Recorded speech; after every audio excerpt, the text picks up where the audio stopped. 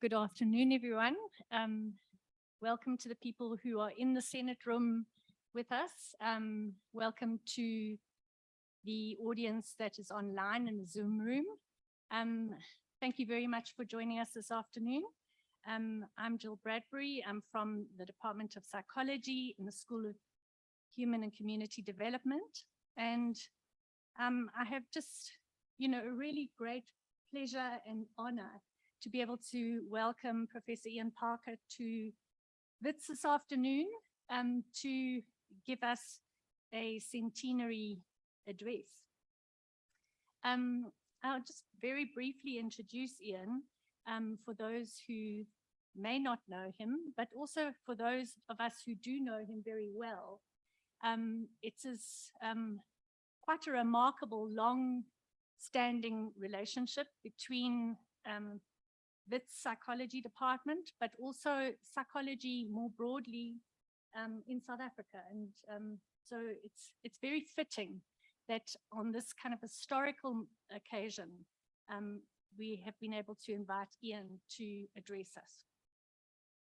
Ian Parker is Emeritus Professor of Management at the University of Leicester in the UK, an Honorary Professor of Education at the University of Manchester, and he's also, of course, a visiting professor in psychology at WITS. He's co-director of the discourse unit and a practicing psychoanalyst in Manchester. He is a prolific publisher, writer and publisher, and his recent books include Psychology Through Critical Autoethnography, Academic Discipline, Professional Practice, and Reflexive History, Psychoanalysis and Revolution, Critical Psychology for Liberation Movements, and Stalinist Realism and Open and Free Association. So you can hear from the titles of these very recent books that Ian is wide-ranging in his scholarship and links psychology to Marxist thought and to other forms of social engagement in the world, both in terms of theory and action. He's also the author of earlier seminal texts that have had a profound effect on rethinking unsettling psychology as a discipline, including Revolution in Psychology, Alienation to Emancipation, and of a series of a really lovely series of little books with big ideas in them, a series called Psychology After Critique, which was published by Routledge in 2015. And these are the after stories of psychology, after the unconscious, after psychoanalysis, Lacan discourse analysis, and many other afters. He's the co-editor of, he's the editor, of the Routledge series, Concepts for Critical Psychology, Disciplinary Boundaries Rethought. So Ian's scholarship offers us a theoretically rigorous, politically engaged, interdisciplinary kind of domain for reading and thinking. And I know certainly my own work and many of us in the room has been very informed by and dependent on Ian's remarkably innovative kinds of ways of thinking outside of boundaries. So, as I said at the beginning, it's really good to be able to mark this occasion with someone that we have had a long history of engagement with, this engagement marked by exceptional collegiality and comradeship, unlike the usual relations between the North and the South. So we invite Ian to speak to us now in celebratory critique as WITS marks its centenary year, with a paper that he has titled Knowledge Production in the University, Neoliberalism, Subjectivity and Practice. Thank you, Ian.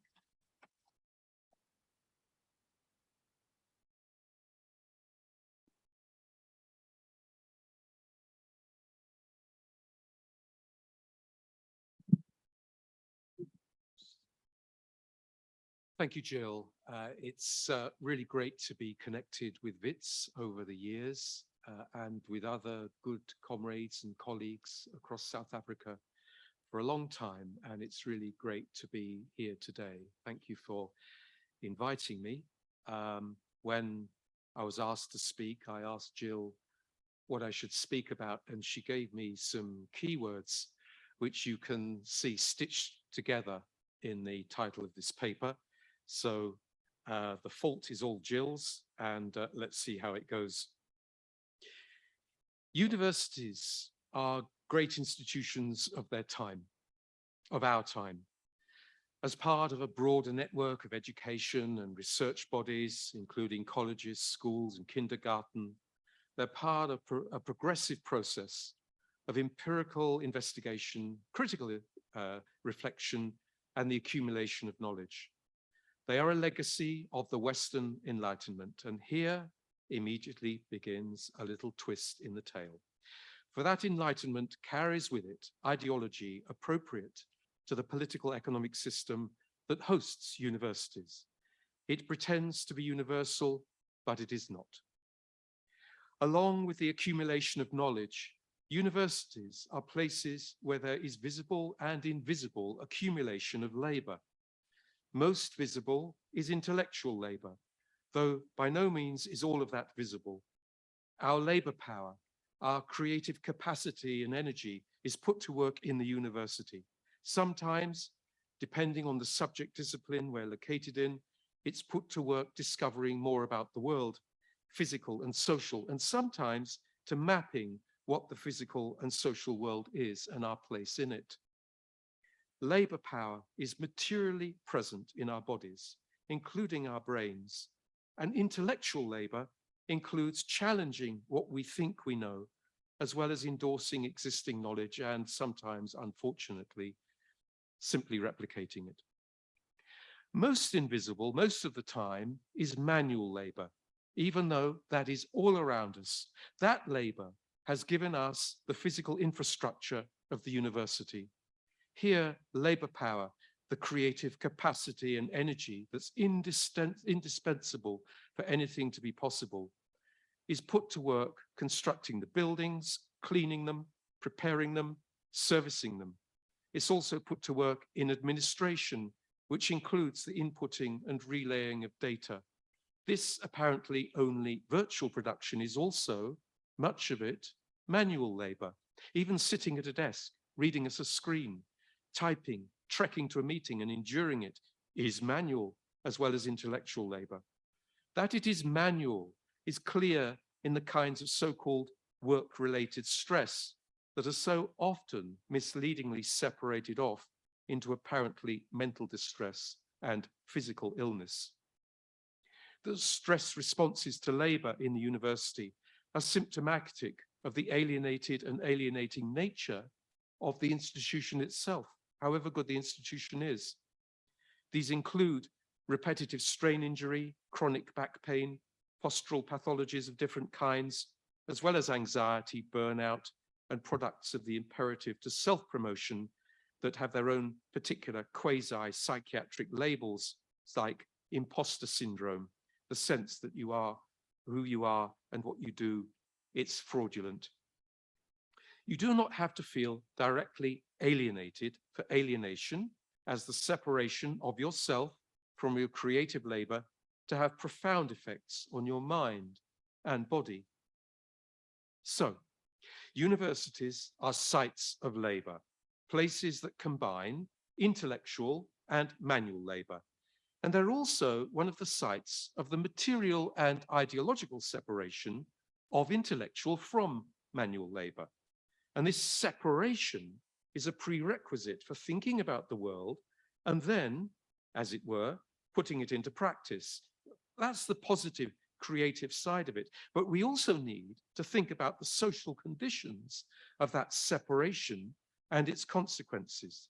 And these consequences include the derogation of manual labor as if it were lesser than intellectual labor, and the elevation of thought into a particular self-sufficient realm of practice, as if manual labor was not also creative, thoughtful. What all this amounts to is that knowledge production in the university and elsewhere is a material process. To understand how this material process of knowledge production works in the university, we need to understand what it actually produces and what it makes use of, what it requires for the institution to function. We can already see that there is a privileging of intellectual over manual labor that can sometimes make it seem as if the university is simply concerned with ideas, and that obscures the real nature of its work as a practice.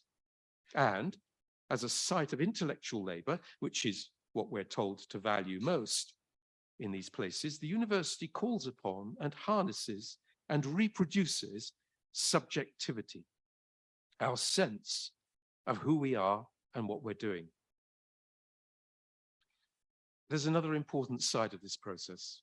Production is intimately linked with consumption. Just as you cannot have a product today without a market, so you cannot have a knowledge producer without a consumer. Knowledge production in the university is tied to consumption in a tight circle, sometimes a vicious circle. We're tied to those who will buy what is sold by the institution. And this link between production and consumption is now a crucial condition for universities to exist. And it has molded the work of universities from the times of classical liberal economic policy in the very early years of capitalism. There's now consumption of products that include the degree courses tailored to the needs of students, positioned as consumers, where students are asked to evaluate the product so that their ratings can then be used to market the course to intending students. Consumption includes trained, skilled, intellectual laborers who work for companies that are in turn asked for advice about what courses are most useful for them. It includes inventions for which intellectual property rights are either held by the university or sold to corporations. And it includes academic and cultural products that are supposed to demonstrate impact that usually boils down to economic utility, to capital accumulation as the underlying dynamic of capitalist society. A key question is whether there are other ways of making this link between production and consumption, and of reflecting on the limitations of these taken for granted links between production and consumption. It's tempting to close in on ourselves and to simply make a closed circuit between production and consumption in the university sector. Some of our work, for example, involves writing and reading research papers that are only understandable and relevant to us. Then we become preoccupied with efficiency, with how well the system is functioning, than simply recirculating knowledge, rather than with efficacy, what effects our academic production actually has. This is the bedrock material reality of university life as it has developed over the last 100 years or so. But now there are new questions that make the situation even more complicated. If we're to open the institution to the outside world, which we should do, we now need to navigate new economic political contexts for the link between our everyday practice in these places and our subjectivity. At stake here is how our labor is embodied and experienced, and what we do with that, how we reflexively respond to these conditions of work. Universities as institutions able to expand and become centers of knowledge production under capitalism in the last century now face demands to reconfigure themselves under conditions not of classical liberal capitalism, but of late capitalism and neoliberalism. So, neoliberalism. One peculiar thing about neoliberalism is that it aims to return us to conditions of life in early capitalism, and some of its enthusiastic advocates do imagine that the hidden hand of the market will resolve all social problems, but it does so in a developed and globalized capitalist world. Even as it fails, repeatedly fails as economic policy, neoliberalism also functions as a romantic image of early capitalism and as a moral ideological message to us about what should count and what we should ready ourselves for: harder times. Neoliberal forms of governmentality have three aspects that restructure our everyday lives, and for sure are restructuring academic institutions, and it's the effect on knowledge production in the university that I'm most concerned with here. Just a background, just for a moment, the first countrywide neoliberal experiment, we should remember, was in Chile in 1973, where a CIA-assisted coup d'etat brought General Pinochet to power amidst the loss of thousands of lives through executions and disappearances. But we should also note that once the first stage of the brutal economic shock policy had been completed, Pinochet was very happy to allow a number of different private universities to flourish, and so keen to support the private sector in education that even courses in radical political economy and critical this and that could be taught. The regime suspected that if this knowledge was confined to the universities, then it would have no real impact, and so could be tolerated. One of the most left-wing of the universities, for example, was addressed by the new owner one day, who told them that he'd not been able to decide between setting up a circus or a university. And since he'd never been to university, that's how he now chose to fund and make money from. So the first element of neoliberalism concerns rights and a sustained rollback of the collective gains that the working class fought for in terms of health and welfare and education. Education is a right, or rather it's one of the rights we quite rightly construct as something universal as we imagine an alternative world to one beholden to globalized capital accumulation. It is a right neoliberals want dismantled. So we are made to accept that it's no longer a right, but a privilege, and that any rights that we have to education are conditional, given as a favor, could be quickly withdrawn. The introduction of student fees are a lever in this process, making it seem normal that those with money should pay, and that families keen for their children to make good should suffer economically to make it worthwhile. Sometimes the fees are lifted, and then sometimes they are reimposed.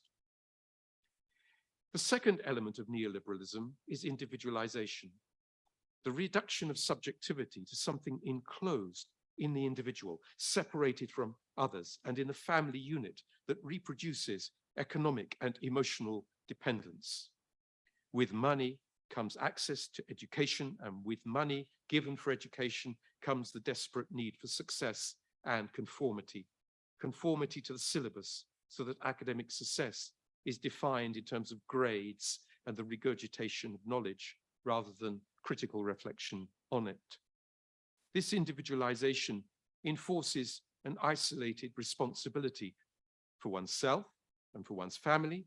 So alienation is then intensified, and we're separated from each other and from our bodies that are turned into machines that must take us to work, and in academic life, reduced to brains as an intrinsic part of our biological nature that we think will enable us to survive.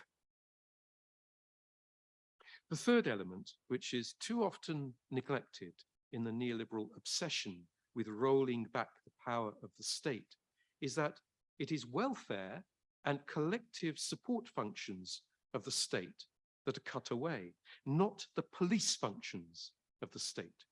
So the third element is a crucial strengthening of securitization, the kind of disciplinary procedures that will ensure that people do not step away from their individual or family responsibilities and will not collectively organize to again demand more rights. In the university sector, these disciplinary functions include the monitoring and evaluation of courses, the publication of league tables based on student assessment, in which students are turned into consumers, and so effectively also turned into their own jailers, as well, in a weird way, of their tutors, the enforcers of standards they've been told to expect of a standardized education system. So these are the conditions of surveillance and conformity that we encounter every time we're asked, for example, to show our passports to examining boards when we work as external examiners at universities in the United Kingdom, our disunited kingdom. The university in our place, for example, is thus turned into an extension of border control. And it's not only overseas students who are being monitored by the authorities. When I was a student, one of the big campaigns in the student union was against the imposition of fees for overseas students. But to imagine a world where there are no student fees at all seems impossible, something that has been won in a limited way here through student struggle, which is admirable and an example for us. And when scrapping of fees is won, we do suspect that it's temporary, precarious. We've come a very long way in the restriction of our horizons for free academic knowledge production. So these are the coordinates, but we need to go further to be able to envisage how things might be changed. We need to widen the scope of the analysis beyond the basic political economic coordinates I've set out so far, and also acknowledge the progressive political aspects of this space of knowledge production. This is to better open up the universal aspect of the university, its potential to be really universal in the sense of connecting what we do with the people of the world while respecting diverse experiences of it.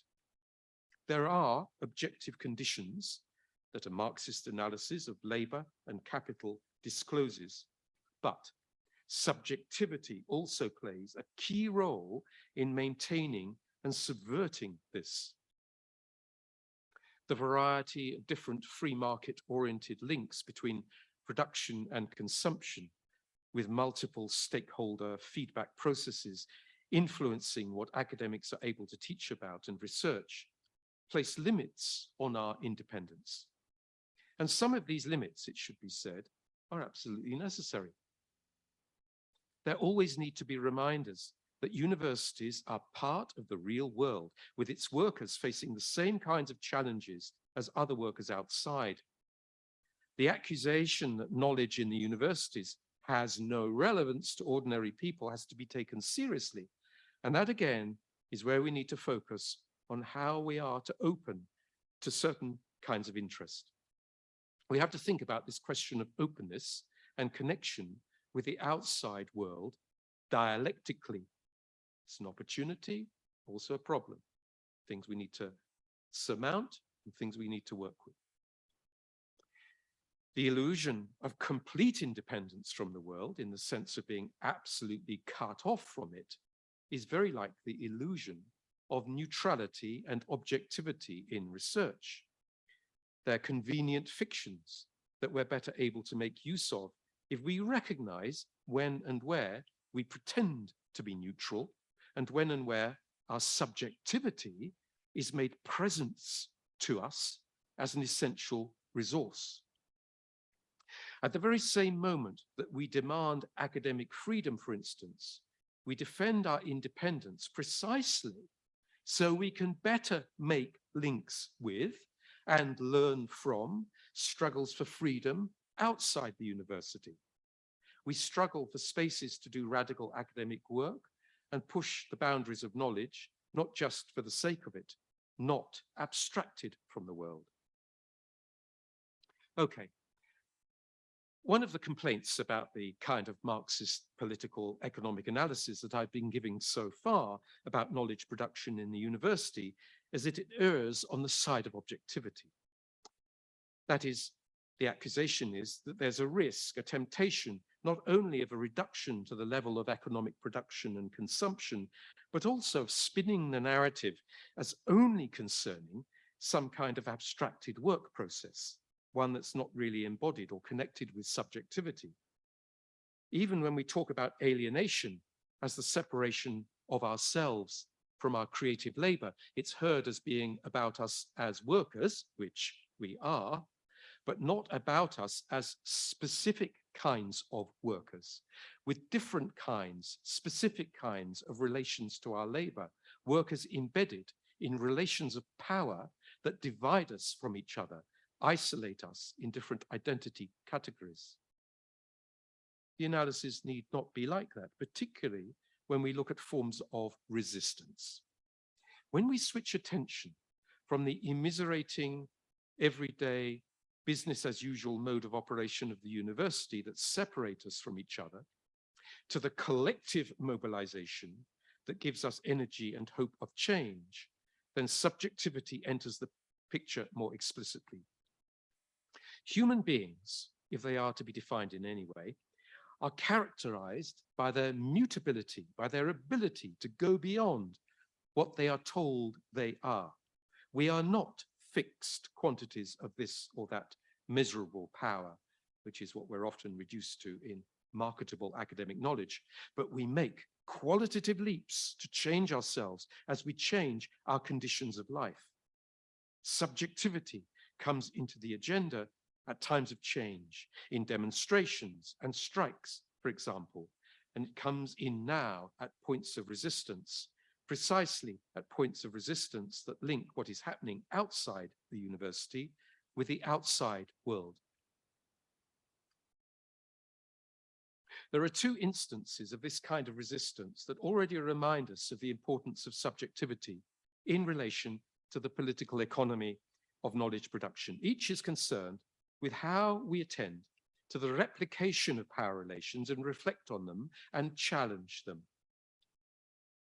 One instance is the replication of patriarchal power alongside the replication of capital accumulation in the university and resistance to that power. Here, it is feminism that enables us to notice the intimate links between masculinity and hierarchy, to make sense of how it is that key decision makers inside the university are so often men, and then women who are often middle managers are beholden to men in real positions of power. The separation of intellectual from manual labor here seems to give some space for women, if we only notice the stereotypical association of manual labor with masculinity. But intellectual labor itself, so prized by the university, is itself split in two, divided between the kind of thinking that is intuitive, stereotypically feminine, on the one hand, and cognition, stereotypically masculine, on the other. Then, as women step into positions of power, they enter the domain of masculine authority. That replication of and resistance to patriarchal power is visible in academic staff hierarchies and in relations between staff and students. And that is where one of the points of fracture open up. That is what we've seen in the #MeToo movement that has energized many young women, including in the universities, and mobilized them and their allies to start to question and challenge not only sexism, but also as a consequence, some of the other underlying assumptions that govern academic life.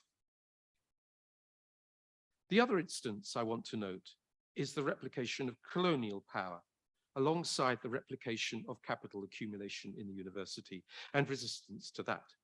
Here, it is the anti-racist and decolonial movements that have shown us the intimate link between dominant forms of knowledge and whiteness.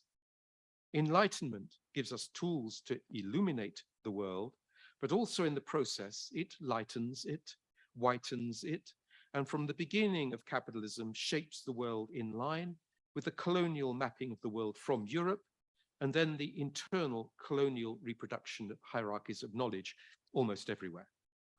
This happens not only in the separation of disciplines from each other, so that it seems, for example, as if history is a domain that is different from economy and from sociology, but also in the access to the institution in each of the separate disciplines. Citation practices, for example, mean that already existing colonial forms of knowledge are reproduced and implicitly, if not explicitly, valued. So that replication of and resistance to colonial power is visible in the distribution of racial categories in the textbooks and journals and in the student body. This is what the #Black Lives Matter movement has responded to, building on outrage at the flashpoints of racism, the points of fracture, where it's been clear that racism does not only have consequences for who can learn, but who will live or die while law and order is being maintained. Power. Each of these instances rely on the elaboration of standpoints and show, once again, how supposedly neutral and objective forms of knowledge are themselves elaborated from particular standpoints.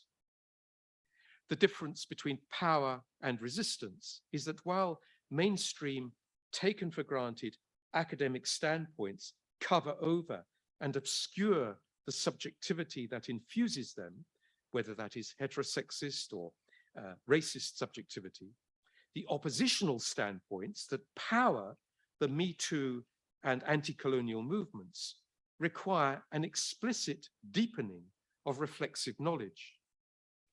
It becomes clearer that what we say is connected with where we are in relations of power when we say it. Standpoint is here interrelated with subjectivity, but it is equally clear that this subjectivity is not simply to do with what you immediately experience, feel, or think with directly accessed consciousness, but it's more than that. It's much more than that.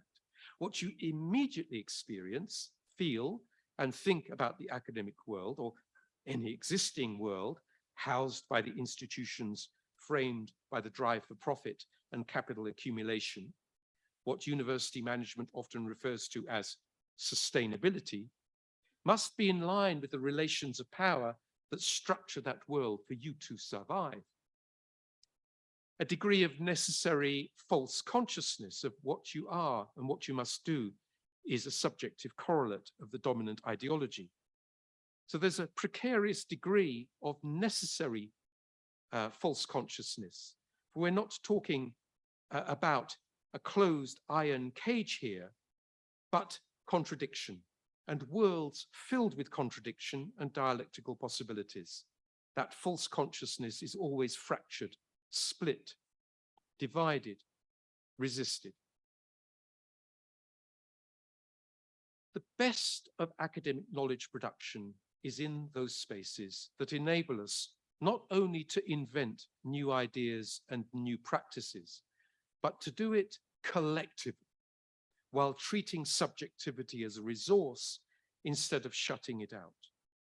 There are many case examples of this, but I'm going to mention three case examples that are, as it were, at the edge. The first case is an attempt to develop an alternative academic institution. The second case is an attempt to deconstruct the institution from within. And the third case is an attempt to imagine something beyond the world that is defined by academic knowledge production. Each of these three case examples show us something about the role of subjectivity at the heart of supposedly objective knowledge, and they point to forms of practice that break from the constraints being imposed by neoliberal forms of governmentality. The first case seems so far away now in a different world, but a world still uncannily close to our own.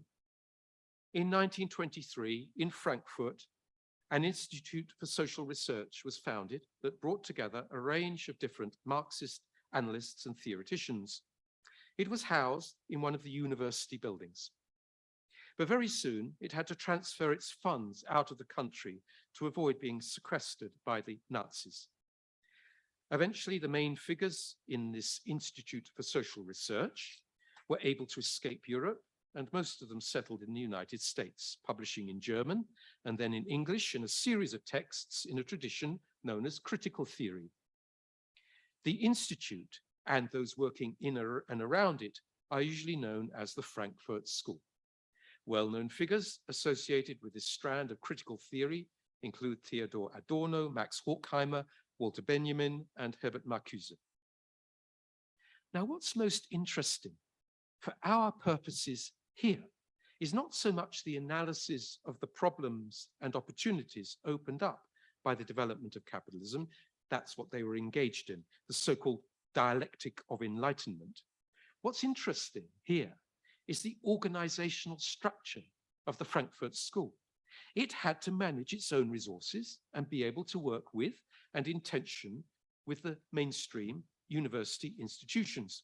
And we know from very recently released US government intelligence files that these émigré Marxist theoreticians were under very close observation by the authorities in their new homeland. And while they adapted in some ways to the new conditions across the Atlantic, they clearly could not be trusted. Herbert Marcuse, teacher of Angela Davis, for example, who had been one of the first to be employed by the Institute for Social Research, but then worked for a number of different other institutions, became one of the inspirational leaders of the student movement in the 1960s, encouraging students to set up red bases inside the universities. So the state clearly had an interest in keeping an eye on these people. Marcuse was here linking up with other Marxists active in and against the universities. What we also know from these files is that as well as carefully managing their own finances to maintain economic independence from the mainstream university sector, and at moments they were praying that the stock market in the US would recover so they wouldn't lose so much money that they'd invested in real estate. This Institute for Social Research tried to maintain a dialectical balance between strong directorial control and free collective work. They did it in a different way from the way that we do it in the universities. That is, they knew that the best radical academic work must be collective, but it must also have some direction. The question was how to maintain a direction to the research program without stifling specific pieces of research. They failed, with some of them allying with students during the 1960s revolts and some siding with the authorities. But they attempted to do something different that's now attracting the attention of those involved in critical management studies who are going through these government files about the organization of the Frankfurt School and learning about that organization. The second case is closer. Well, it's closer to me at any rate, and I think what it's doing will be close to you. It's a document called Democratize, Decolonize, Divest, produced by the Decolonize Network at the University of Manchester and published on the Student Union webpage. In fact, in contemporary conditions of globalization, we have a particular kind of political economic system, capitalism, that carries with it all of the forms of patriarchal control and colonial racism from Europe into different parts of the world, while reconfiguring and absorbing and reinforcing local power relations, including at home, in such a way as to make them work in tandem with the profit motive and capital accumulation. So the point is that the kind of critical analysis the document is outlining applies in different ways pretty well everywhere, in the old colonial centers and the economically dependent economies. Now, what this document does is to intervene in the dialectic of academic enlightenment that is promised by knowledge production in the university, and to intervene in such a way as to effectively engage in what the theoreticians of the Frankfurt School used to call immanent critique. Immanent critique attends to the claims that an institution makes about its worthwhile good goals, claims usually buried away in a cynical company mission statement, dusted off by a university at times of graduation, or let's say significant anniversary celebrations, when it looks in the mirror and tries to account for its existence in a generous, more universalistic way. This University of Manchester document begins, for example, by mimicking the usual, often three-part lists of institutional objectives, claiming that it aims to unite students and staff who are committed to, among other things, and it's the first on the three-part list, deepening, improving, and expanding upon the university's existing social responsibility initiatives. It's obviously a good thing that there are social responsibility initiatives, both because somewhere in the institution there is someone who wrote those words, who presumably believes in them, and also because it functions as a lever for effective social change. So the document moves from section subheadings of social responsibility to a community of students and academics, to promoting justice and equity, to we demand. And the demands are basically what we might in other political circles call transitional demands. That the governance of the university be transparent, accessible, and equitable. That steps are taken to decolonize the curriculum across the university.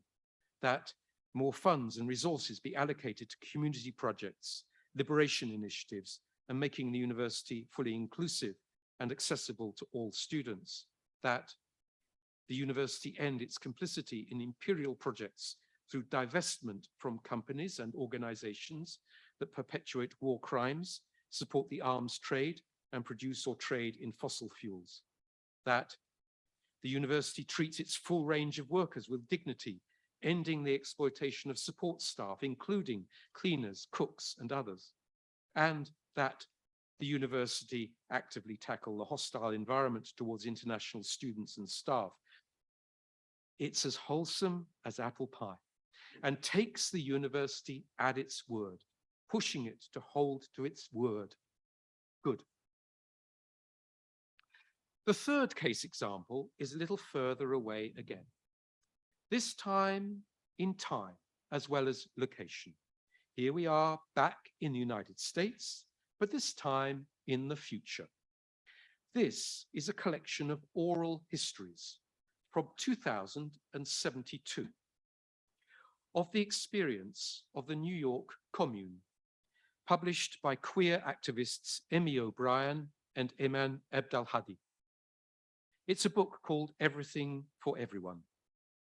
The book helpfully defines what it will mean to seize the means of production through insurrection, multiple insurrections in many different contexts in different parts of the world, and how that must involve the process of communization as the making present of connection between people in a way that is genuinely supportive and transformative.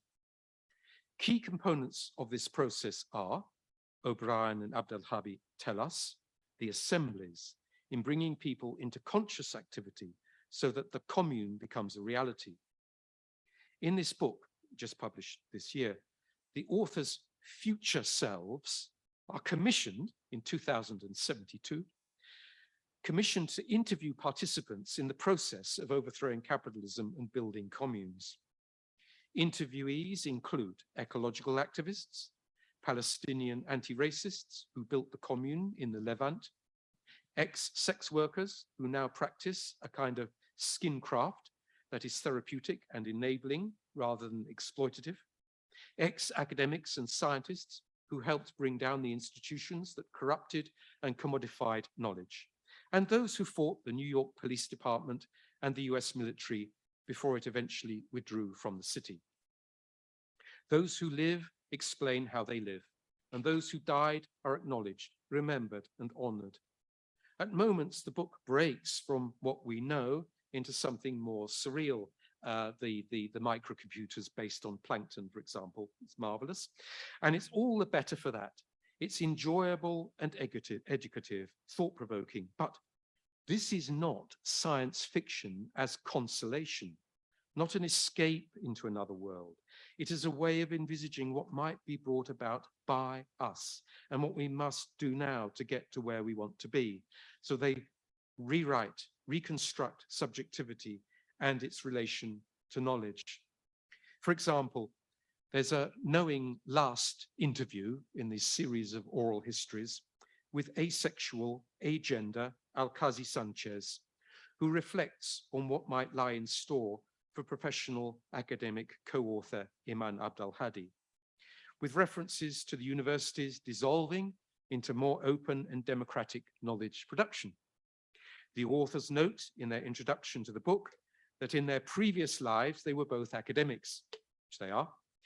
And when they refer in the interview with Alkazi Sanchez to academics as a special category of human labor, this is met with astonishment and laughter. What the authors have to grapple with is not only the content of the revolutionary process, but the form of it, and how that form of struggle, a new form of society, will have consequences for how stories are listened to and what is done with them. Could we seriously envisage a world where the university is not a place for enclosed academic work? And should we put a little time into thinking about that, perhaps with those who are not inside the universities? Okay. What these examples highlight is that we cannot simply rely on alternatives springing out of nowhere, as if the natural creative capacities of human beings will magically shine through and come good against the dead weight of the past. We take notice of the dead weight of the past and the institutions that replicate past forms of power, precisely because those institutions and ideological forms set the conditions, the parameters for how we can intervene and what we can do now to resist and do something different. Alternatives have to be constructed, built, patched together by us in collective work. And paradoxically, even the university can be a place in which to construct them. This university could be. To return just for a moment before I close, and I apologize for a little theoretical excursus here, I want to return just for a moment before I close to the overarching political economic frame I was using earlier to talk about the university and the separation of intellectual from manual labor. These alternatives remind us about something crucial in Marxist economic theory, which I want to remind you about now. There is an assumption in some academic readings and reframings of Marxist analysis that there is a realm of exchange value, that is the bad realm of commodification, where human relationships and labor are turned into things to be bought and sold, the market. And there is another realm of use value, where the things that really matter to us are experienced in their full, meaningful reality. The good realm we aim to release and realize in a future communist society. This is an assumption, and it adapts Marxism in a peculiar way to other ideological assumptions. I think it is a romantic assumption. The rendering into academic forms of radical ideas, recuperating them in order to neutralize and absorb them into the academy, is something that has beset Marxism as well as feminism and anti-racist work. And what Marx was actually trying to grapple with was the separation of exchange value from use value, and the resulting ideological importance that is given to exchange under capitalism that cares little for what things are actually good for, what they're used for. What matters for those invested in capitalism, and this is also the case, unfortunately, for some aspects of academic production, is what it can be sold for. The supposed value of an academic product is given by its price on the market, including on the marketplace for ideas, inventions, research outputs, and so on. The flip side of this ideological process is that we then, as an understandable response to this commodification of our creative labor in the realm of exchange value, we then romanticize use value and turn to that as if it were an already existing, fully formed, and fully present to us realm of real value, something to be released and given life, and finally, fully so when we end capitalism. Similarly, neoliberalism, in its therapeutic identity-focused variants, actually distorts both therapy and identity, commodifying already existing ideological forms of subjectivity while preventing us from constructing more collective and universal forms. And also, neoliberal forms of therapeutic ideology make it seem as if there are underlying forms of emotion hidden inside the self, ready to be released. So again, we have to insist that just as we have created constructed the university as a space to do creative work, even if it is a space that sometimes fails, falls short of our expectations, a space that makes things difficult instead of easy to bring about change. Even so, we have to use that space and create and construct alternatives. We look to what we built and deconstruct it, so in the process, we construct something new, something more liberating, conditions in which we can creatively make something better. That is the hope of the university, a hope that might be realized in something quite different that our creative work in a university makes possible, where we take the university at its word. Thank you.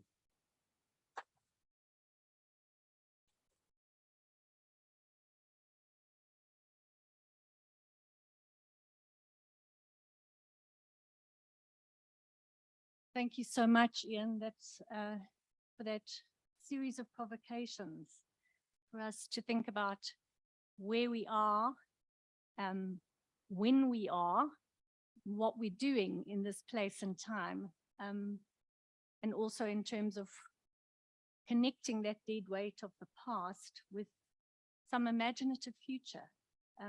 So thanks so much.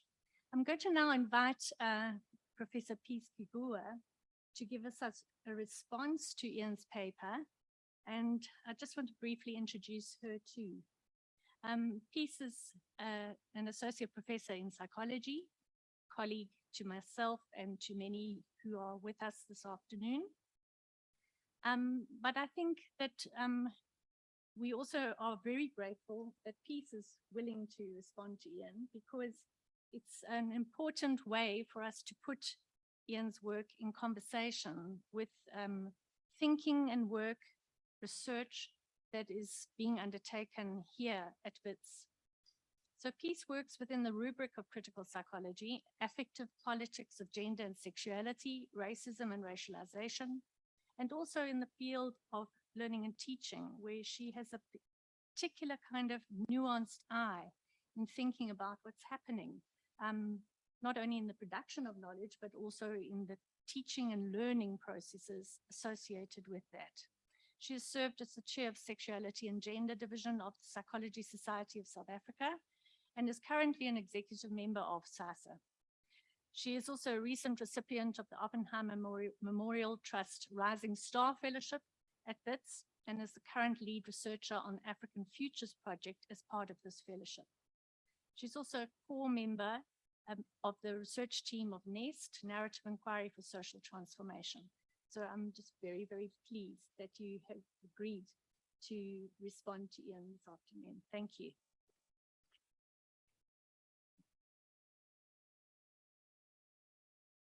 Thank you, Jill. And I must say you're a little bit sneaky, because I could have sworn I gave you a shorter bio. Thank you, Ian, for your paper and your talk. I'm just going to quickly summarize the thrust of what you'd spoken to us today and then respond. So your presentation today provides several coordinates to help us think through three domains. The one is intellectual labor for knowledge production in the university. The second is contemporary forms of neoliberalism in relation to academic work. And the third is the role of standpoint and subjectivity in relation to power and resistance. So when I thought about my response to your paper, I started with a title of my own to help me frame my thoughts. And by the time I got to the conclusion of your paper, I had arrived at 3 titles. So I'm going to break with convention here and offer 3 title responses to your talk. These are: Entering Again and Again the Broken World. The second title, A Way of Being Together in Brokenness. And my third title is Teaching Happened. So while it is certainly true that the university is an institution, but also an ideal in many ways, and it's an institution, an ideal that is not only concerned with ideas, but that we also have an idea or ideas of the university. The university does not only produce us as intellectual laborers, but co-opts us in this production. And so we not only see ourselves, but also value ourselves as producers of intellectual labor. All of this is to say that while the university reproduces us, we also reproduce the university.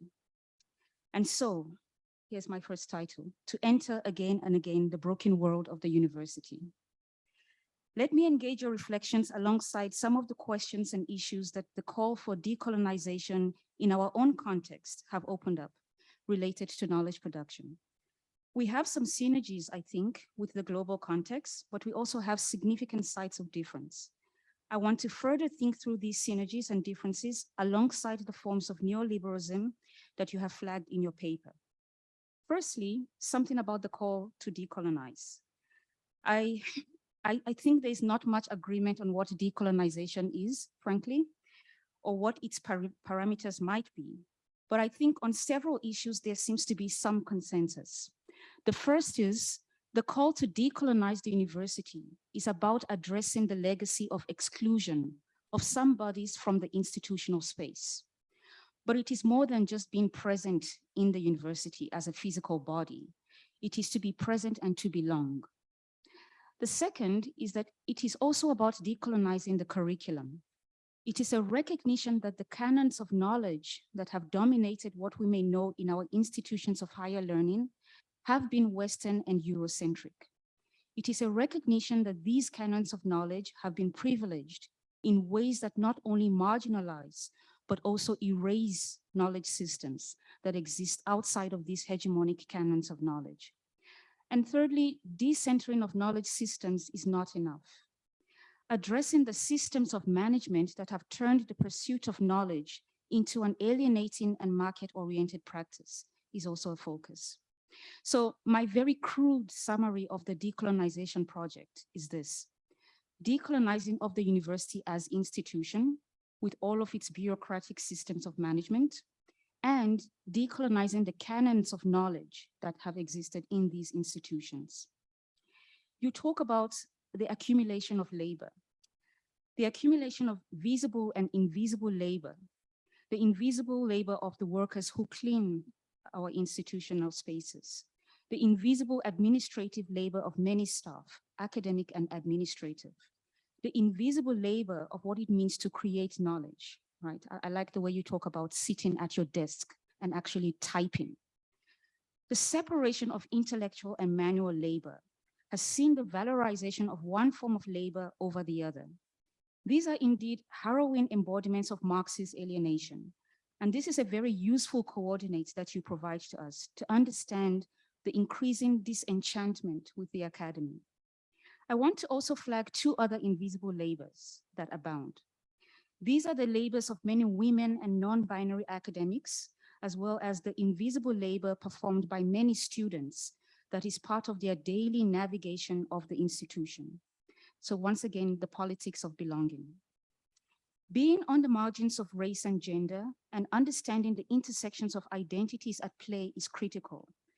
The emotional labor that many women academics have reported taking on, whether it is in relation to the care of their students, or the interpretive labor that many women of color academics have reported performing for their male counterparts. Perhaps I will also add to these invisible labors that comes with critiquing an institution. So the invisible labor that is part of critiquing from the margins, the invisible labor of the critical academic, the critical radical academic. I have no better descriptor for this, so I'm going to go with critical academic. The one who troubles the status quo of knowledge, the production processes, the bureaucratization of the academy, the one who had best be quiet and go with the flow. Alienation that is part of this entry into the broken world. Some reflections on this. Alienation from our labor, certainly, I agree. But perhaps part of our co-optation is how we participate ourselves in a kind of willful blindness of our labor. A willful blindness that is ironically fundamental to the bureaucratization of knowledge. So the closing in on ourselves that you speak of.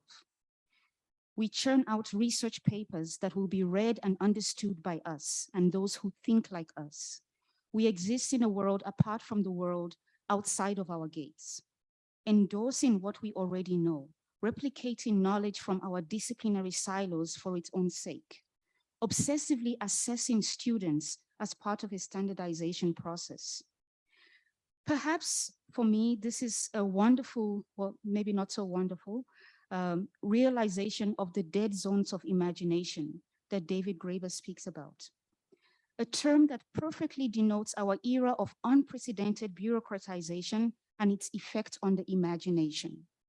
The lopsided imaginations that can only do things because that is the way it's always been done. Because this is what it says in the rule book. That refuse and fail to nurture creativity. That fails to see the person on the receiving end of the rule book.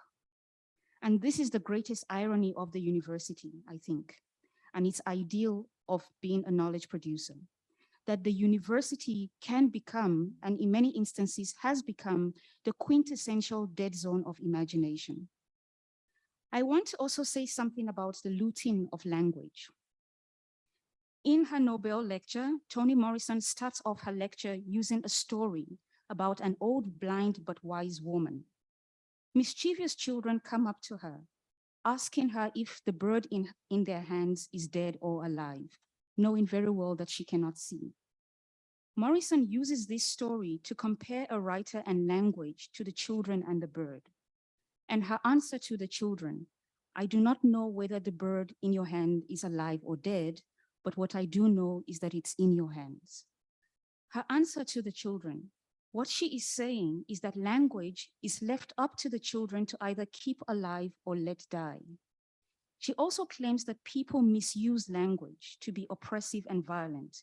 For instance, and I quote her, sexist language, racist language, theistic language, all are typical of the policing languages of mastery and cannot and do not permit new knowledge or encourage the mutual exchange of ideas, end quote. Morrison is stating that language can be used to hurt one another and divide us. Language has been tainted and turned into a form of weaponry. And I will argue that there is other language that may be turned into weaponry, even the language of decolonization, even the language of intersectionality. In his caution against the misuse of language, George Orwell speaks about dying metaphors. A dying metaphor is one that is neither useful for evoking an image, nor one that has become a meaningful phrase in its own right. They are worn-out metaphors which have lost all evocative power and are merely used because they save people the trouble of inventing phrases for themselves.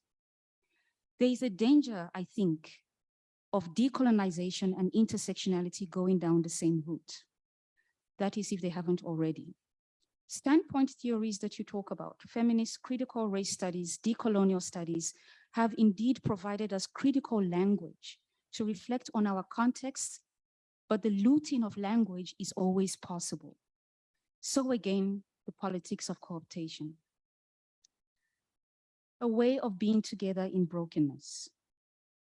Fred Moulton and Stefano Hani propose that we prepare for what will come, if it's not already come, by entering into study.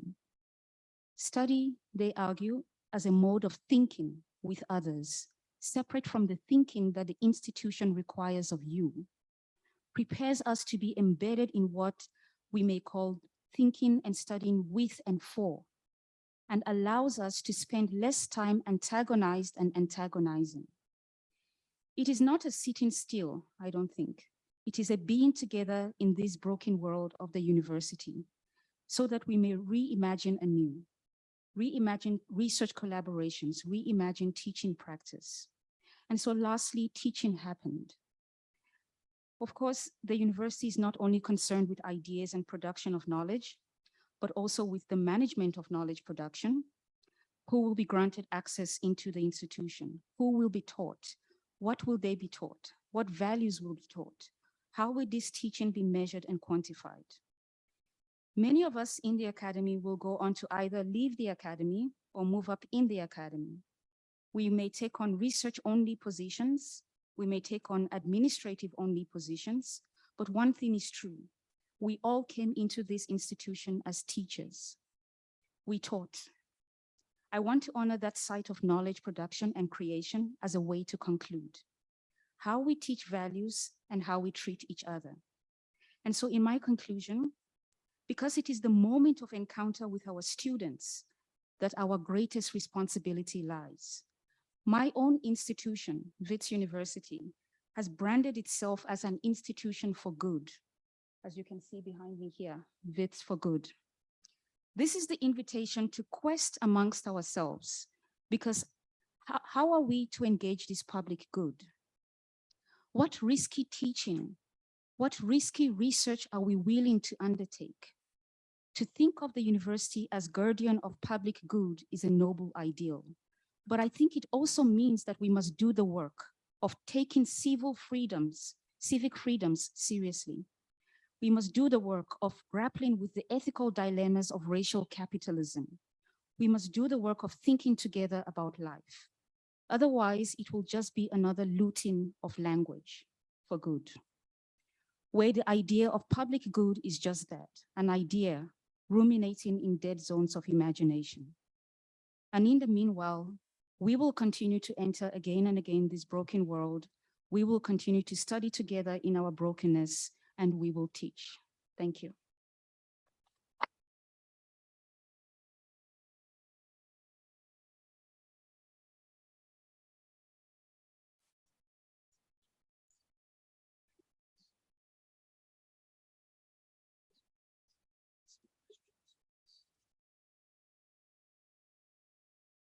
Thank you so much, Peace. More food for thought. I'm going to open to some questions from the floor. And Alina, if there are questions that people want to raise in the Zoom room, you would bring those forward too. So we'll just take a round of questions and comments first, before I hand back to Ian to respond.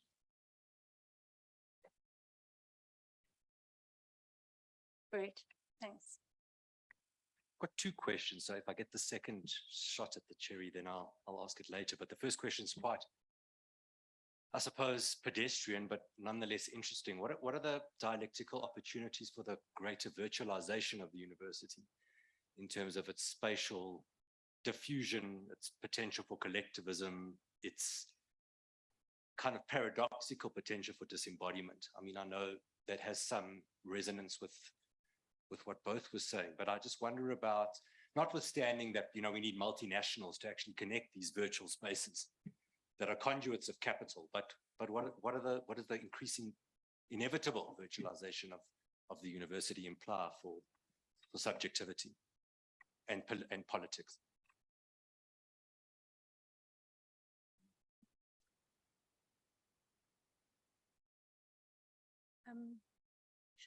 Should we take a couple more questions and then it's around?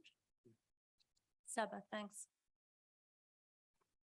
So thank you both for excellent talks, lots to think about. So I was hoping to hear more about what you both think in terms of the open science framework. So it seems quite altruistic and noble in a way. So, free data, free knowledge. So it could be related to your final idea, Professor Parker, in terms of alternative ways of generating knowledge, but it could also be related to knowledge consumerism. So it's also another way to make money, and it has been used for financial gain. So open knowledge, open data also means, free money, free capital. It's used by companies, by machine learning. So yeah, I'd really like to hear about that in terms of both of your remarks, but also just to end, piece also related to teaching as well. So in terms of, like open science or open science frameworks in terms of reconceptualizing how we teach and our teaching models. Thanks, Saba. And now I want to just belatedly welcome the Dean to the room this afternoon. And Garth, go ahead, you have a question. Thanks. Thanks, Ian. Thanks, Peace. And sorry, I was a little late, but I mean, I did wonder about the idea of, I think what Achille Mbembe refers to as the kind of deterritorialization of capital. In other words, the kind of emergence of, well, not so much the emergence, but the presence of speculative finance capital and the decoupling of capital from certain geographic spaces. And he refers to this as a kind of deterritorialization, but he also talks about the possibility of a deterritorialized university. If you think about a university as not being located in a single space, but you think about a university as a much more loosely configured idea that transcends the kind of boundaries of the city or of the country or of the nation state. Are there possibilities inside the idea of a deterritorialized university, or are those going to be subject to the very same kind of challenges that one sees in the kind of relations between the center and the periphery that one sees today? Thanks. Thank you.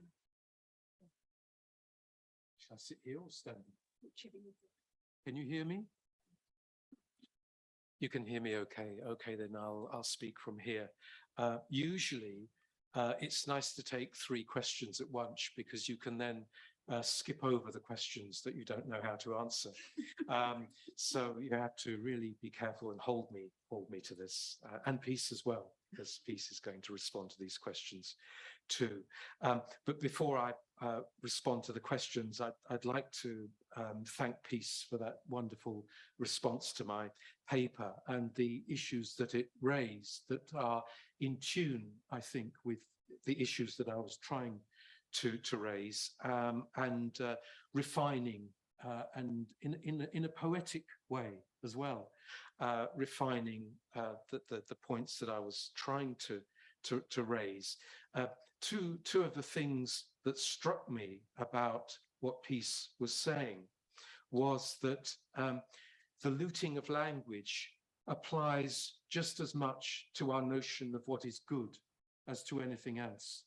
That the good is so often turned into a kind of moral, ideological imperative and a set of rules that we must follow, rather than an encouragement and catalyzing of people's ability to think creatively and ethically for themselves. And so one of the things that we have to be able to do is to open a space for students, for academics, but I think actually particularly for students in the space of teaching, to be able to take up their own ethical positions and to be able to think through what is good for them and their communities.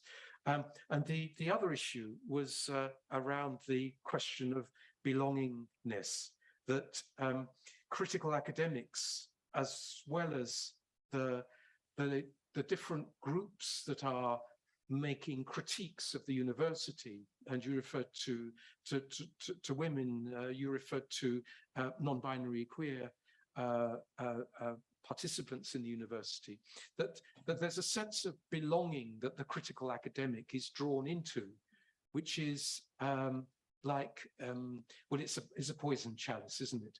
It's something about being part of something and feeling part of something. And at that very moment that you feel part of it, you start to take responsibility for it. And the danger is that you start to take responsibility for what is bad as well as what is good. I think that those reflections are also in line with what you were saying.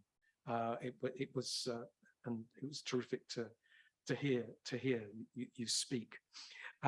Maybe I'll start with the second question, which is about the open science and free data, the opening of knowledge to different groups, maybe even to corporations, to make use of knowledge and to derive profit from that knowledge. And there are, of course, many different platforms that are happy to take the lectures that are provided in the university. Sometimes those lectures are made available online. This lecture may be available online, for example, and to make them available within a platform that charges, that derives profit from those lectures. Now, the problem here, I think, is not so much the making open, but the problem is the enclosure. And it's the enclosure that lies at the beginning of capitalism, the taking of our land and our collective resources, the things that we held in common, the commons, the taking of that and privatizing it is what has made capitalism possible. And it's that privatization by the corporations that we need to resist. The opening, I'm absolutely in favor of. I think that's completely something to be worked with, and we have to find ways of opening platforms where things will be completely open, as well as people will have the opportunity to navigate those platforms and critically engage with them, rather than, and here we come to the second question. No, here we come to the first question, the question here about the dialectical possibilities of virtualization. To enable people to critically navigate these different forms of knowledge without feeling overwhelmed and bewitched by all of the competing forms of knowledge, as if they were all equal, as if racist explanations and evolutionary psychological explanations are as valid as historical and cultural explanations, for example, to be able to give people the critical tools to be able to understand what knowledge is being made available to them. And there certainly is a contradiction in the virtualization of knowledge, where people on the one hand sometimes feel isolated and alone in front of their own computer screens, but at the same time are connected with others in communities that they've never been connected with before, building those communities. So it's about the tension between those possibilities that has always been there in the so-called real world. You know, if you think of the tensions and contradictions and possibilities and problems that there are in people coming together in the streets. People come together in the streets, and that can be empowering and mobilizing and enable new things to happen, but can also enable the closing of community against outsiders. And that's where you have the ideological images of the mob as a danger starting to appear. So I think the virtual world is not the only place where we have these contradictions, and we have to find a way of negotiating the particular contradictions that there are in the virtual world.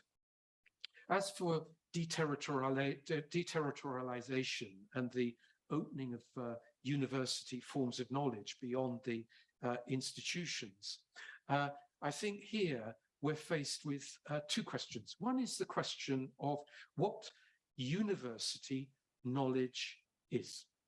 Whether university knowledge is an all-encompassing explanation that you have to be part of and sign up to in order to be heard, so that you reproduce the knowledge and are becoming subject to the knowledge as you reproduce it to others who do not know. That is, you become the quintessential teacher as master, imparting the knowledge to the student as, let's say, slave. There's that issue. And that problem can apply whether you're inside a particular institution or you're outside it. I think there are university forms of knowledge as forms of ideology that are present in the world outside this institution, as much as there are inside of it. And the other is the nature of the institution. Institutions are sometimes bricks and mortar and wood and glass places like this, but institutions are not only of that kind. Whenever we're involved in even the most radical political process, we're involved in creating, then questioning, and then recomposing an institution. And so the knowledge that we're involved in is always part of an institution. Yeah? The anarchist critique of the old left organizations that was given by Jo Freeman in her wonderful little pamphlet, The Tyranny of Structurelessness, I think speaks to this kind of problem, that we're always dealing with an institution when we're dealing with knowledge. And so the question of deterritorialization is how we keep open the dynamic of deterritorializing, so that we can open things to other forms of knowledge and to the contradictions that come from other places and come from the oppressed and the exploited as they speak in and against that knowledge. I actually want to throw back a question to both Garth and Ian related to deterritorialization, which is to ask, but hasn't this been done or isn't this being done? So in countries like China, I think embodying models of deterriorized university. So my question to both of you is that not working, and would that not be ideal in terms of opening up knowledge? And thinking about Saba's question around open science framework would precisely be the same thing as well. So this opening up of knowledge, I think, is something that would actually be welcome. The other debates about what we think university knowledge is or should be for is something else. But I think the opening up is not something that we want to shut down, to my mind. So it's a question to you, Garth, and to Ian. My feeling is that it's being done, and it's being done successfully and in ways that are actually quite useful for opening up knowledge.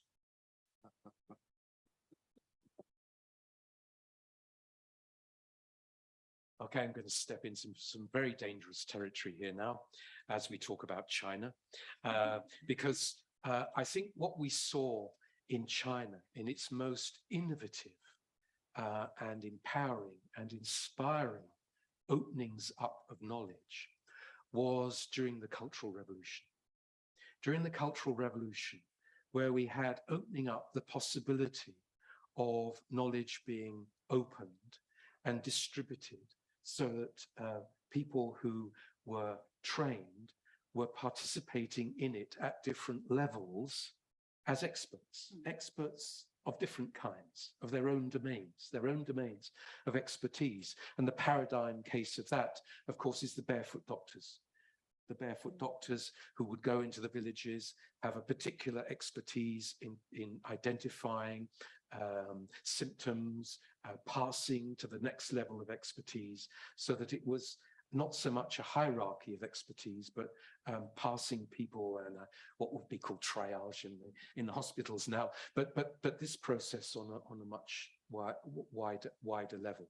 Okay, so now comes the dangerous part, which is that the Cultural Revolution was opened up partly as a response to the corruption of the regime and an unleashing of creative possibilities by the students and by those around them. But it was also something that was deliberately incited and manipulated by some of those at the height of the bureaucracy as part of their own power plays in order to jostle for power and to maintain power. In particular, Chairman Mao was part of that attempt to bring about the Cultural Revolution as a lever in his own attempt to seize power within the bureaucracy. It was an attempt that failed, and just before it failed, both Mao and the rest of the bureaucracy clamped down on the Cultural Revolution and closed down the possibilities, many of the possibilities that had been opened up. So I think maybe the lesson I would draw from this is that I agree with you. There have been possibilities, there have been experiments that we need to learn from, but we need to learn from how each of those experiments is grounded in a particular context and think about how those experiments intermesh with existing structures of power and how those existing structures of power recompose themselves and how we sometimes succeed and we sometimes fail.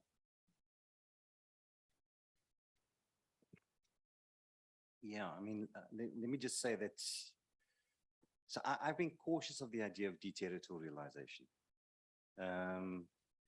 And the reason for it is because I think deterritorialization doesn't occur in a context that is non-hierarchical.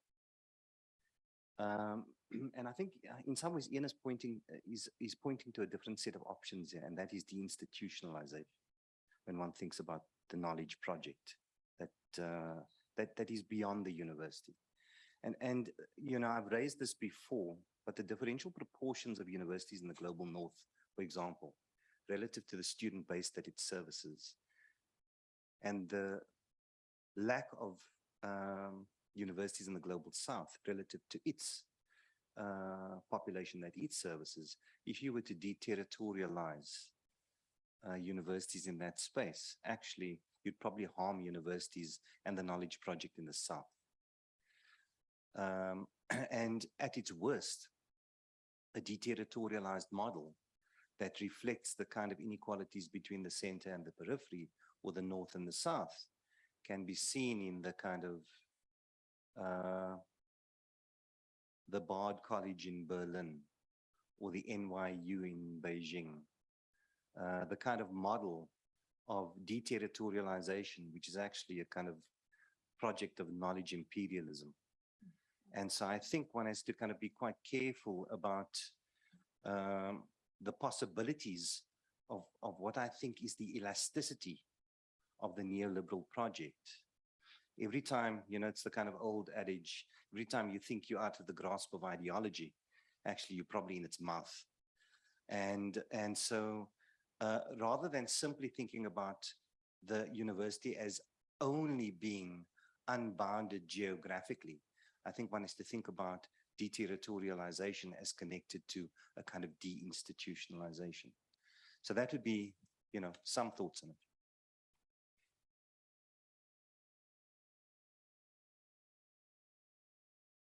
Thank you. Please, did you want to respond? No, I'm good. You good? I'm going to take another round of questions, but before I come to those of us who are in the room, Alina, are there any questions online? So then I'm saying to the Zoom room, if you would like to raise a question, please do so. And we can either unmute you or Alina can bring the question into the room for you. So we are aware that you're with us. And I don't want to exclude your voices, so please do feel welcome to talk with us. Okay, another round of questions. Brett, you want to go again with your question number 2? That's the kind of devil's advocate question that's been enabled by my recent change in positionality, actually. And that's the tendency that I think a lot of us have towards conflating the knowledge project with the disciplines inside the humanities. Are we not collapsing the university into the study of the human? Because I think most of the sparkle in the eyes that I see of the laborers in this university don't exist inside the humanities project. They exist in the quantum physicists and the frontiers of knowledge that are being expanded in the natural sciences. And I just wonder whether we're a little myopic. And that leads me to my second question, which is, well, my third kind of sub-question, which is, you know, maybe we've exhausted our time in the university as the humanities, and maybe we need to take some lessons from the Frankfurt School, because there seems to be some kind of good to be extracted, but it doesn't seem to be in our knowledge project. Thanks. Another question, comment?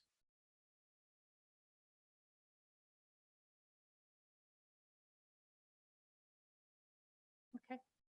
Over to you, Ian, first.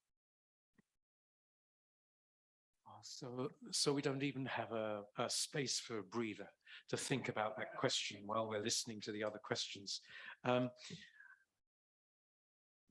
Well, I am based in the humanities, I suppose, though for many years I was in a discipline that liked to think of itself as being a science, that is psychology, rather pathetic way. And I came into psychology wanting to understand how it worked from within. So that gave me a particular position and standpoint within it. But also after failing to do a degree in zoology and botany, not because I thought that science was a bad thing, and like Slarty Bartfast in Hitchhiker's Guide to the Galaxy, I always say I'm a great fan of science, but I failed in that first degree because of a mixture of politics and homesickness and drunkenness. But that scientific project has always remained with me. It's just that I never found the science in psychology. It always seemed to me that psychology was a fake science and had a mistaken image of what sciences were that it tried to model itself upon. But I think of myself as scientific in the way that I approach an understanding of what the university as a structure is, and as a materialist. So I look across to these real sciences with a bit of jealousy, a bit of nostalgia, wish that I'd taken another path, wish that I'd actually done something useful with my life, and discovered something rather than dismantling something. But you know, these real sciences, I suspect that if I was in one of these real sciences, that I would also in some ways be a critical scientist. And there are plenty of critical scientists inside those sciences. I'm thinking, for example, of Stephen Rose and Hilary Rose inside biology and neurobiology, who've done fantastic work, unpicking the metaphors that we take for granted, the ideological forms that we take for granted when we're doing biological research, when we're doing brain research.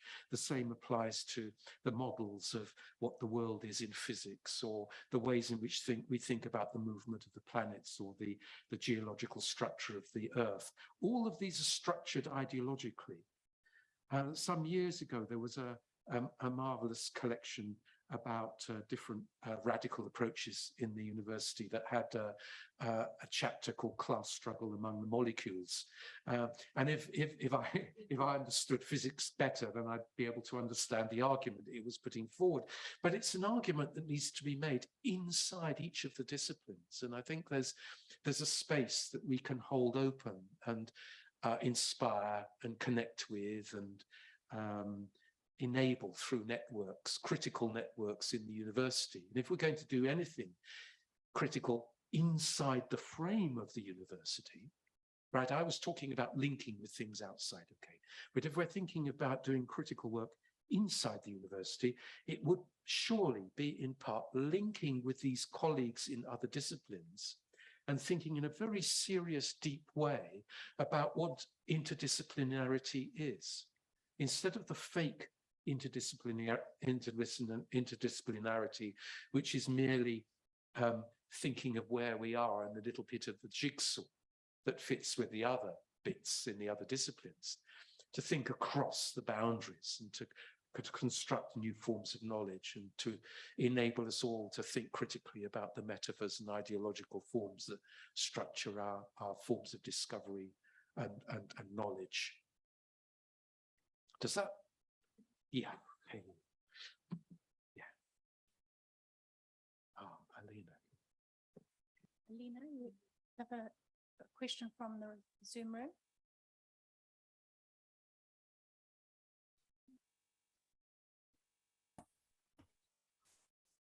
Hello. Sorry, can I ask you to? Can you unmute? Alexander. Hello, do you hear me? Yes, we can. So thanks so much for this very wonderful presentation. I am Alexander Kagaha, and I'm a student of Power. And so fulfilling for me to listen to both presenters dissect issues that confront our times. I have specifically three questions that I would like the presenters to make some more insights into. One is the product of the university, and that is knowledge. We've largely seen how actually our universities are so much mindful about the market, the environment in which it sends its products, but we've not given enough attention to what constitutes that we present out there as our product. And the consequence of this, as Ian said before, that there are things that then become invisible in the process of actually trying to link ourselves to the market. How do we, for instance, as we project ourselves as a university of good, how do we recover that has been rendered invisible by the relationship the university has with the market? And I think this would be so interested in answering that, more so considering the fact that these invisibilities represent something that is of a given value, but a value that is not actually valuable in the image of the market which we are representing. The second question is, the third question relates to the issue of the movements, the project towards the liberation, the decolonization, that seeks to transform the power. Many times, as Peace actually said in her argument, the way these markets constitute us is actually in a way of self-interest. At different levels, we find self-interest as scholars, as teachers, as owners of the universities, if they are private, including state-owned universities. They have self-interest to constitute themselves in the image of the market, because it is from these sites that they draw all the resources that make them relevant in order for them to survive. In light of these issues of self-constitution in the image of that sells, how do we overcome? How do we get out of such a predicament? Which kind of ethic would actually liberate us to produce something that is transformative for all? Thank you.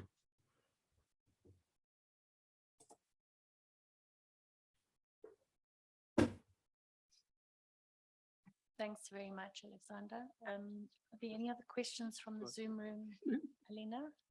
No. Okay.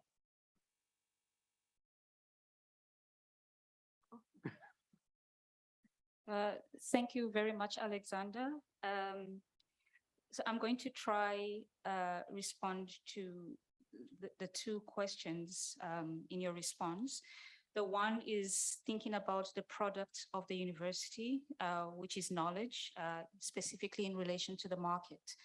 And I think your question was around the value that is given to the invisible labors that Ian referenced. The value that is given to them, but it's not an actual value, or it's not a value that is useful in any way. I think in many ways what you're alluding to here is what happens in the face of recognition that is in fact not a recognition that restores you to a sense of belonging. So, you know, the kind of image-driven, market-driven view of the university that is always going to be trying to put its best face forward, which will be, you know, branding itself in terms of being a space of integration. Everyone is welcome. And yet in practice, that is not always the case. But in the face of which there will be an actual recognition of difference. So those moments we recognize difference, but only as part of the self-branding of the institution. So a value is given, but it's not an actual value. I agree with you completely.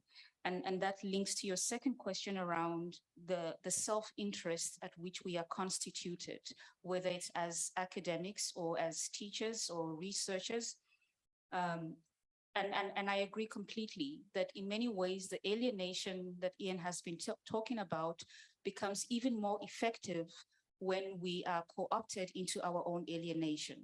And so we do want to publish the articles. We want to publish these articles in particular journals that will give us the impact factors that we're looking for. We want to receive the kudos from the institution. So there's a level of buying into our own alienating practices. And I suppose in your words that you use is self-interest. Self-interest, but I think it's a whole range of other things. So the question of how do we overcome this, I suppose, is a question of how do we overcome alienation. I don't know if I have an answer for that. So I know the importance of playing the game, and you have to play the game. But the question is, how do we play the game with a semblance of integrity, I guess?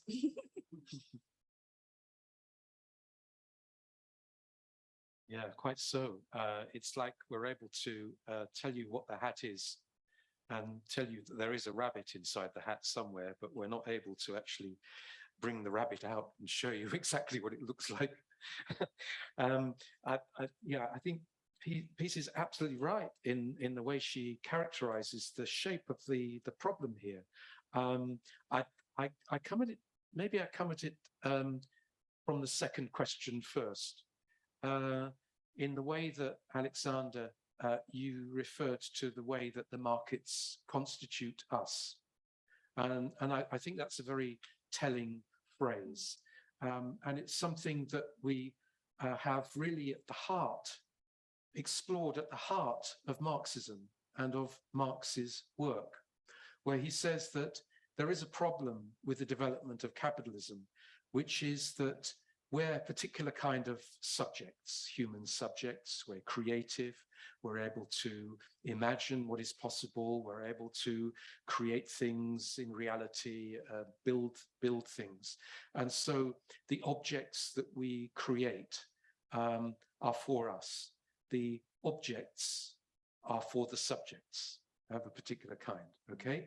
But in the process of capitalism, there's a distortion of that. There's a distortion of that because our labor is not owned by us, but is owned by someone else. We sell our labor time to others, and others define what counts and what can be bought and sold. And so our creativity is stolen from us, and we feel that stealing in alienation, okay? But there's another side of this, Marx says. There's another side of this. It's not only that objects are created for subjects, but under capitalism, subjects, that is who we are created for the object. We become a mirror of the object. So we become an object ourselves.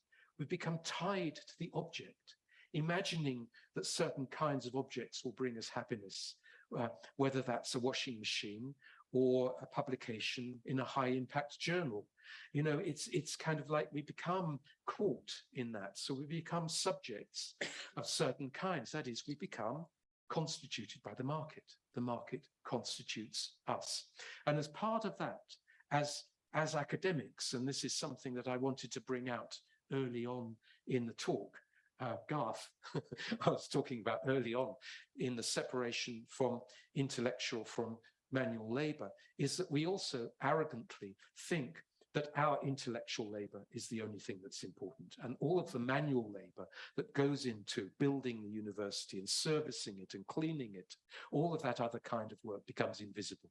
And that's what some people have been referring to in the discussion so far, and what Alexander refers to, what has become invisible.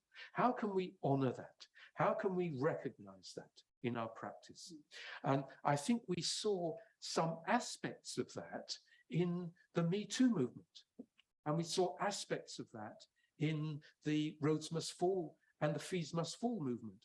We saw aspects of that in the decolonization movement and in the Black Lives Matter movement. We saw aspects of that where people were linking across from their own particular positions as privileged academics to work with others who are usually demeaned and pushed aside and made invisible. So the questions of Me Too and Black Lives Matter and decolonization, all of these things are about them as well and our relation to them. They're not only about us, you know, getting a bigger slice of the pie, but it's about us working with them to Oh, now we're going to go down some terrible metaphors, to cook some different kinds of pies, but you know what I mean. You know, it's about building something different, cooking up something different that's actually good for us rather than poisoning us.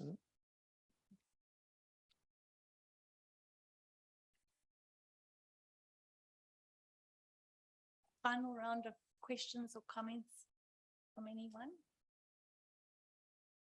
Or answers. Maria. Can you hear me?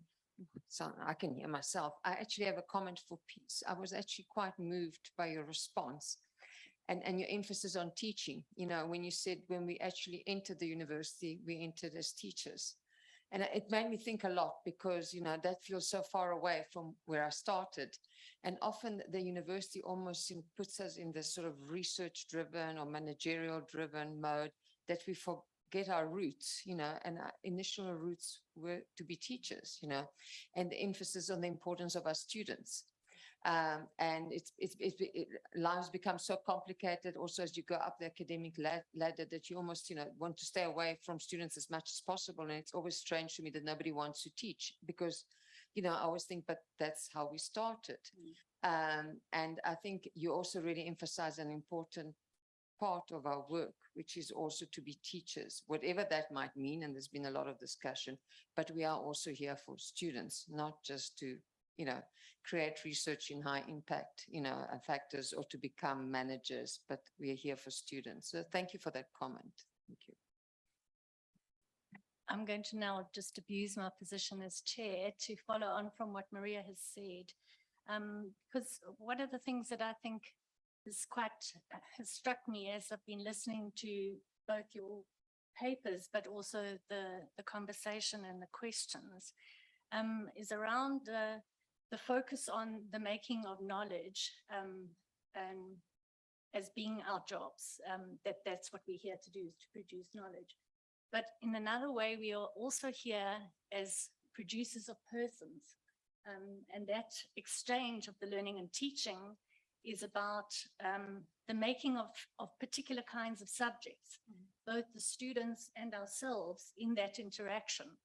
And I wondered if both of you could comment a little bit more about that. And linked to that, I mean, so Kwama Anthony Appiah says something like education is a kind of practice of soul making, and it's a territory where angels should fear to tread. And I wondered what your thinking is about that, particularly in relation to what you've just said, Ian, about how we are subjects in relation to the objects of knowledge or the objects of the world that we are creating, but those objects then also turn us into particular kinds of subjects. And this links for me to questions of relevance and connectivity to the world, which sometimes then are reduced to the market, and how we situate ourselves in that space where students are coming to university very often because they want a good job. And how do we maneuver inside that space where we make open possibilities for remaking the world and ourselves, and yet take seriously what our contractual obligations, and I don't mean this in employment terms, but in the sense of a human contract between us as learners and teachers, and what the implications of that are for us. Thanks.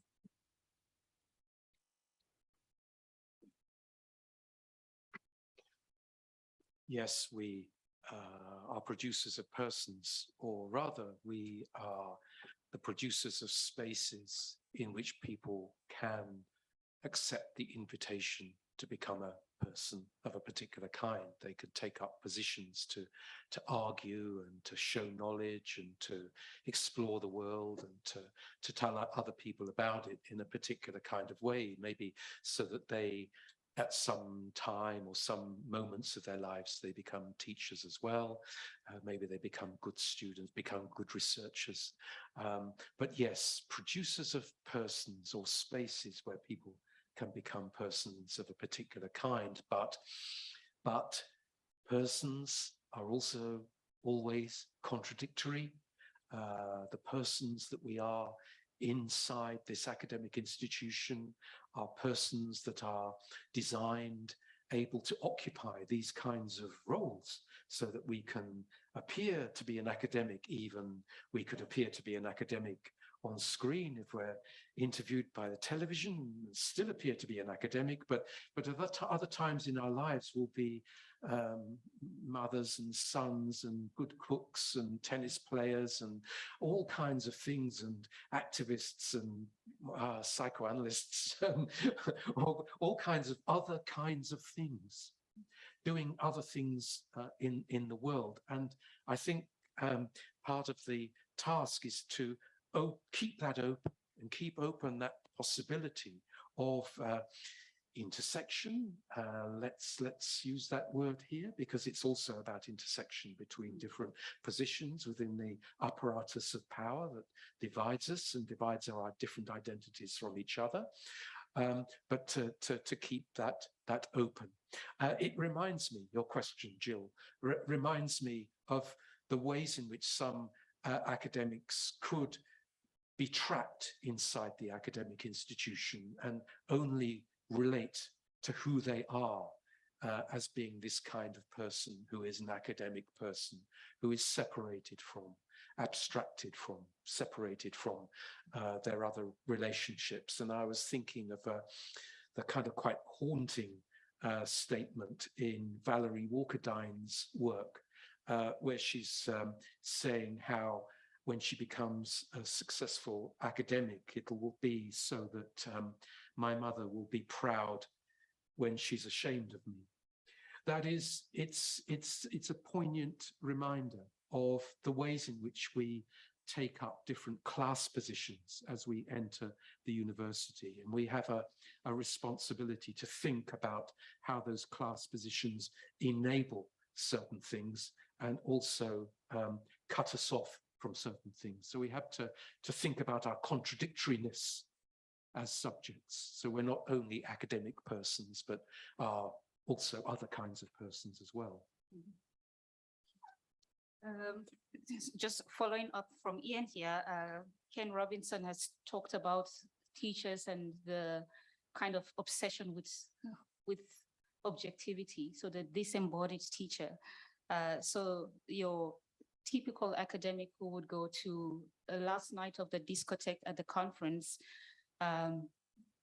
only to return home to write about that experience, because that's where we live and that's where we come alive. But Jill, your question, and I think your comment is also a little bit challenging in many ways, because I think that is the one thing we take for granted, that we are producers of persons.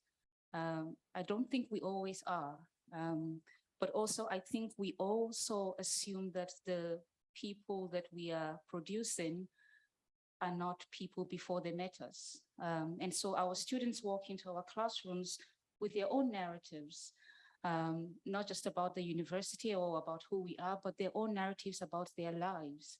And I think part of what we do is that we completely distance ourselves from that. We don't want that in the classroom. So I think definitely there's a particular making of particular kinds of subjects, the students and the teachers. I definitely think of education as a practice of soul making. And for me, the real question is values. How do we teach values? And it is that moment of contact with the student. So for me, that is the most honorable kind of relationship. But I think it's a relationship that in many ways gets distorted because we think too much of ourselves and what we think we do. We are going to have to draw to a close because I was alerted a little earlier that the lights are going to go off at 6 o'clock. It's like pumpkin hour.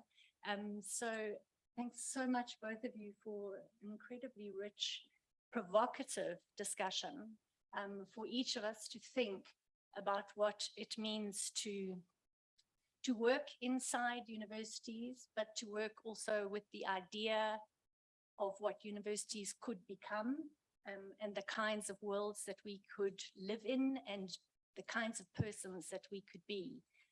So I found the the talk this afternoon really kind of like opening up those dead zones of imagination for me. And I hope that everyone will have found some language to loot in the positive sense. So for us to try and think about the ways in which we can use where we're at to imagine something different. Thank you all very much for being here. Thanks to the two speakers, and thanks particularly to you, Ian, for traveling to be with us in person, which for me is such a pleasure after the pandemic. I'm just going to call on Sharon, Professor Munsami, who is the head of school, to just give a final vote of thanks. Thanks, Jill. I just want to be a bit of a painter here and sort of create the background before I focus on the main speaker. I want to say thank you to all those in the room today in person and those online, because it's been a while since we've had this opportunity of actually being together and connecting. Thank you to the team for making the necessary arrangements to achieve this successful event, to Jill for being the host, to Erica for your contributions during this visit, to Peace being the discussant, and now to Ian for this thought-provoking lecture and the conversation that ensued, because we are at a point where we need to reimagine the university during these disruptive times. Also for your collaboration with psychology. It's been a long-standing relationship with the department at WITS and beyond, and the decades of committed political and intellectual work in collaboration with South African academics. But you've also been incredibly generous in engaging with postgrad students whenever you visited.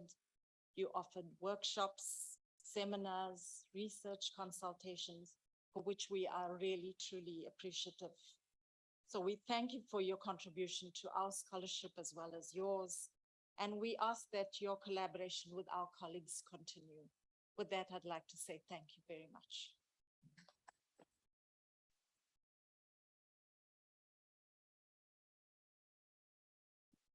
There are a lot of snacks and some wine in the foyer. Please do join us. Thank you. Dead zone's going.